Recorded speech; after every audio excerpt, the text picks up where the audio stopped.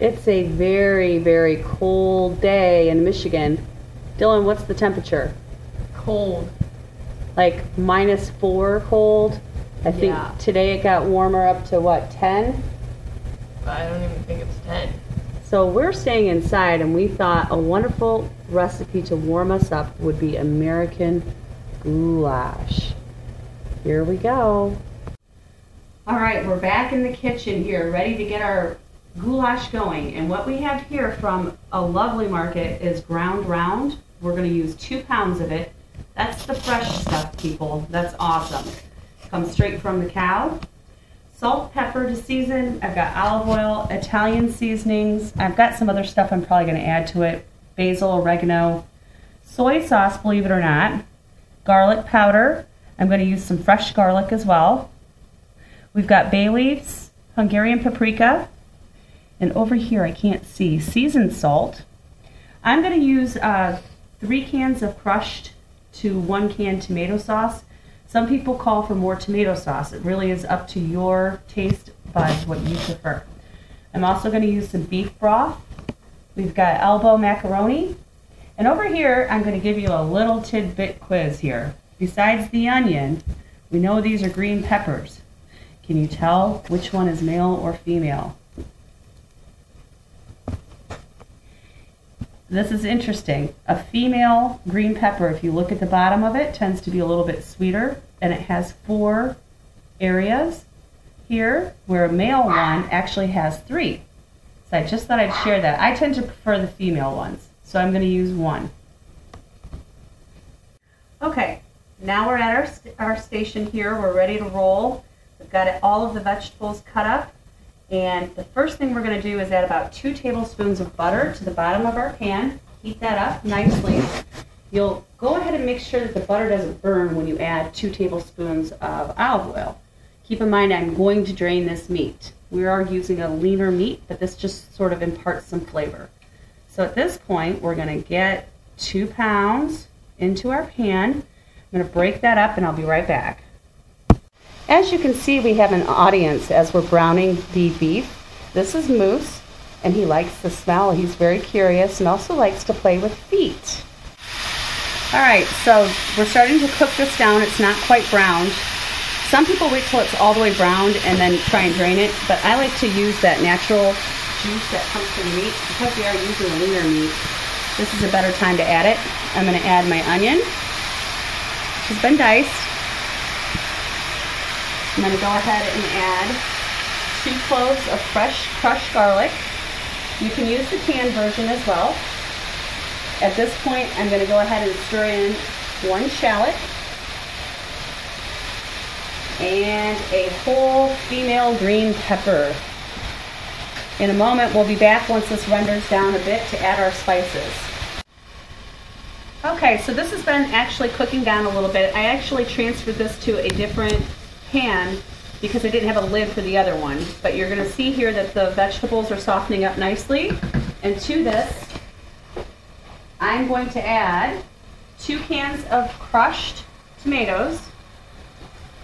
These are diced, actually. You can use a finer tomato if you like your saucier. I kind of like to see a little bit of the fresh vegetable in there when it's finished. And then I'm also going to use 2 cans of tomato sauce. If I decide to, I can always add more crushed. Some people really like their saucier. It's up to you, what you prefer. So there's my 2 cans. Now while I'm doing that, I'm going to go ahead and add beef broth. You do not have to do this. You can add water. But for me, I like a little bit more of a flavor in my goulash. Now I'm going to add my seasonings. So you'll see that I'm adding some Italian seasoning. I'm eyeballing it here.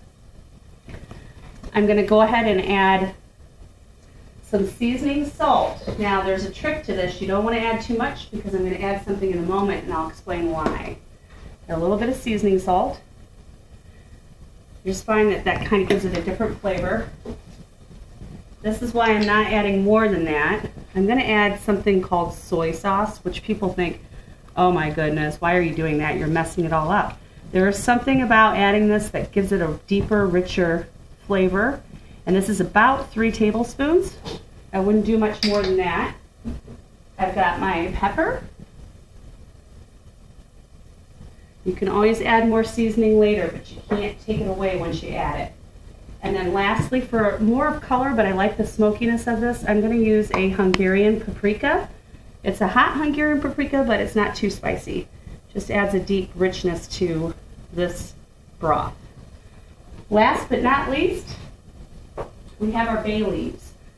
This is a really important step to me because I find that it really does give that a little bit of an earthy flavor. So let me go ahead and get that added, and we'll be right back. I added 4 bay leaves just because some of these are a little bit smaller. I'm going to mix all of this together, put the lid on, and let it go and do its thing for about 25 minutes. I brought the temperature up a little bit to bring it to a boil, and then I'm going to turn that back down, but you can see how deep and rich that color is. Here we go, guys. This is after a half an hour, and you'll see all of these things. It looks like it's still very watery, but remember, we're going to add a lot of pasta to this. I'm using 1 pound of elbow macaroni. You can use other types of pasta. This is what absorbs it the best, I feel. I'm going to turn my heat back up to high.